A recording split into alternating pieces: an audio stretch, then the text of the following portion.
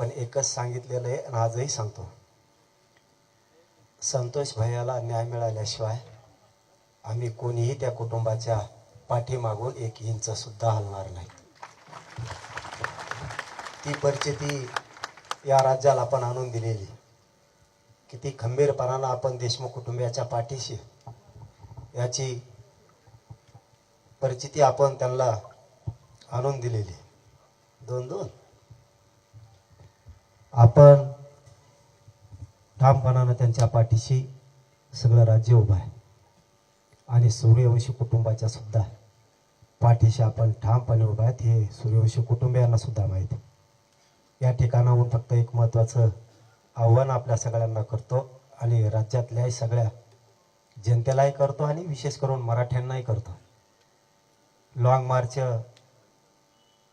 सूर्यवंशी यांच्या न्यायासाठी मुंबईला चाललाय. ज्या रस्त्यावरून तो लॉंग मार्च जाणार असणार आहे, गावागावातल्या प्रत्येक मराठ्यानं त्यांची नाश्त्याची, पाण्याची, जेवणाची व्यवस्था ताकदीनं करावी, ही या ठिकाणाहून जाहीरपणानं सगळ्या जनतेला सुद्धा सांगतो. आता आरोपी अटक झालेत, 1 जण राहिलाय, त्याचाही शोध लागलच.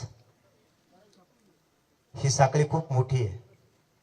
या राज्यानं कधी अशी साखळी बघितली नसेल, असलं कधी नेटवर्क या राज्यानं कधी बघितलं नसेल. इतकं स्ट्रॉंग नेटवर्क आहे.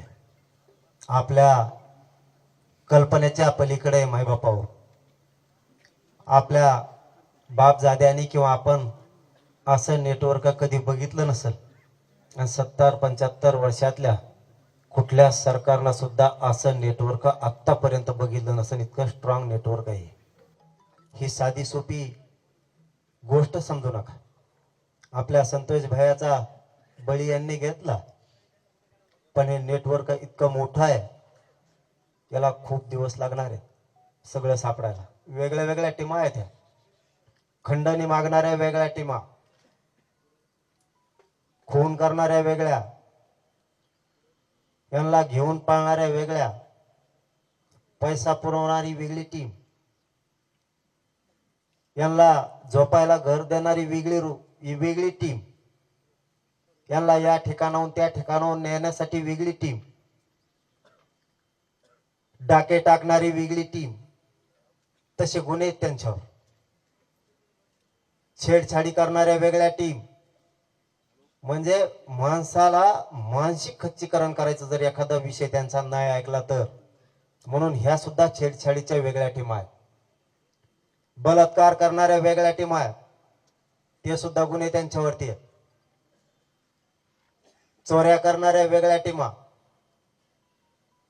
307 करणाऱ्या वेगळ्या टीमा, आणि यांना सांभाळणारा 1 जण. ह्या भयंकर टीमा आहेत. ज्यांनी खंडणी मागायला पाठवलं तो सगळ्यात मोठा गुन्हेगार आहे. ज्यानं खून करायला लोक पाठवलेत, पाठवणारा सगळ्यात मोठा गुन्हेगार आहे. खून करणाऱ्यापेक्षा आणि खंडणी मागणाऱ्यांपेक्षा सामूहिक कट रचणारा, संघटित गुन्हेगारी करायला लावणारा सगळ्यात मोठा गुन्हेगार आहे. तो अगोदर जेलमध्ये गेला पाहिजे. आणि हा समाज शांत एवढ्यासाठी आहे की मुख्यमंत्र्यांनी शब्द दिलाय, याच्यातला एकही सुटणार नाही. म्हणून लोक शांत आहेत. जर का रे बाबा मुख्यमंत्री साहेब यातला एक बी सुटला, सामना मात्र आमच्या संघ हे तुम्ही कधीच विसरायचा नाही.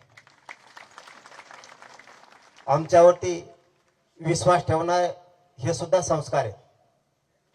आणि एकदा विश्वासघात झाला तर त्याला रस्त्यावर सुद्धा आम्ही जाणतो. हे सरकारनं पाठीमागे सुद्धा बघितलेलं आहे आणि पुढे पण लक्षात ठेवावं. खंडणीतला आणि खुनातला एकही आरोपी सुटता कामा नये. आणि या दोन्ही टीमला, खंडणी मागणाऱ्या आणि खून करणाऱ्या टीमला सांभाळलं कोणी? यांचे फोन त्या 8-10 दिवसात किती वेळेस झाले? यांनी एकमेकाला कुठली साथ दिली? हे चार्जशीट मध्ये येणं गरजेचं आहे. नसता तुम्ही म्हणताल की आम्ही आरोपी अटक केले, त्यांच्यावरती गुन्हे दाखल केले, परंतु तो तपासात आलाच नाही. तरी फसवणूक आहे.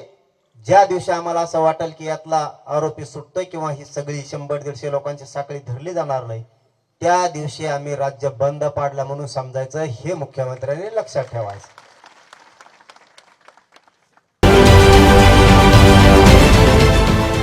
देश विदेशातील प्रत्येक घडामोडींचे लाईव्ह अपडेट मिळवण्यासाठी आता साम टीव्हीच्या सर्व सोशल मीडिया प्लॅटफॉर्मला लाईक, फॉलो आणि सबस्क्राईब करा. तसंच सर्व नोटिफिकेशनसाठी बेल आयकॉन प्रेस करायला विसरू नका.